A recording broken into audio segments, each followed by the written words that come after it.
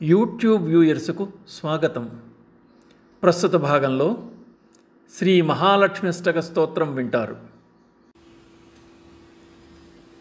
ఇంద్ర ఉవాచ నమస్తేస్తు మహామాయే శ్రీపీఠే సురపూజితే శంఖచక్రగదాహస్తే మహాలక్ష్మీ నమోస్తుతే.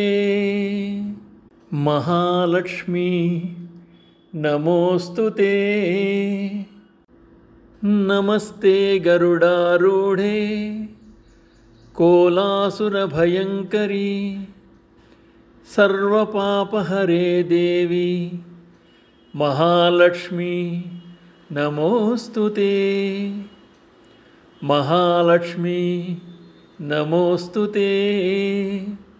సర్వజ్ఞే సర్వవరదే సర్వదుష్టభయంకరీ సర్వదుఃఖహరే దేవి మహాలక్ష్మీ నమోస్తుతే. మహాలక్ష్మీ నమోస్తుతే.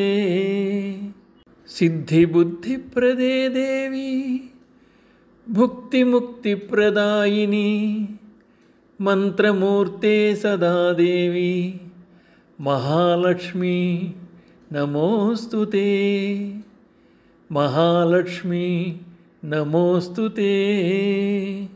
ఆద్యంతరహితే దేవి ఆదిశక్తి మహేశ్వరీ యోగజ్ఞే యోగసంభూతే మహాలక్ష్మీ నమోస్తుతే. మహాలక్ష్మీ నమోస్తుతే.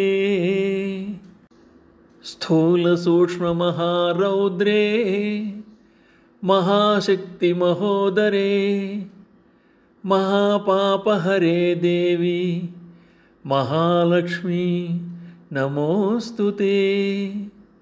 మహాలక్ష్మీ నమోస్తుతే. పద్మాసనస్థితే దేవి పరబ్రహ్మస్వరూపిణీ పరమేశి జగన్మాత మహాలక్ష్మీ నమోస్తుతే. మహాలక్ష్మీ నమోస్తుతే. శ్వేతాంబరధరే దేవి నానాలంకారభూషితే జగస్థితే జగన్మాత మహాలక్ష్మీ నమోస్తుతే. మహాలక్ష్మీ నమోస్తుతే. మహాలక్ష్మ్యష్టకం స్తోత్రం యః పఠేద్భక్తిమాన్ నరః సర్వసిద్ధిమవాప్నోతి రాజ్యం ప్రాప్నోతి సర్వదా. ఏకకాలే పఠేన్నిత్యం మహాపాపవినాశనం ద్వికాలం యః పఠేన్నిత్యం ధనధాన్యసమన్వితా. త్రికాలం యః పఠేన్నిత్యం మహాశత్రువినాశనం మహాలక్ష్మీర్భవేన్నిత్యం ప్రసన్నా వరదా శుభా. ఇది శ్రీ మహాలక్ష్మ్యష్టక స్తోత్రం సంపూర్ణం.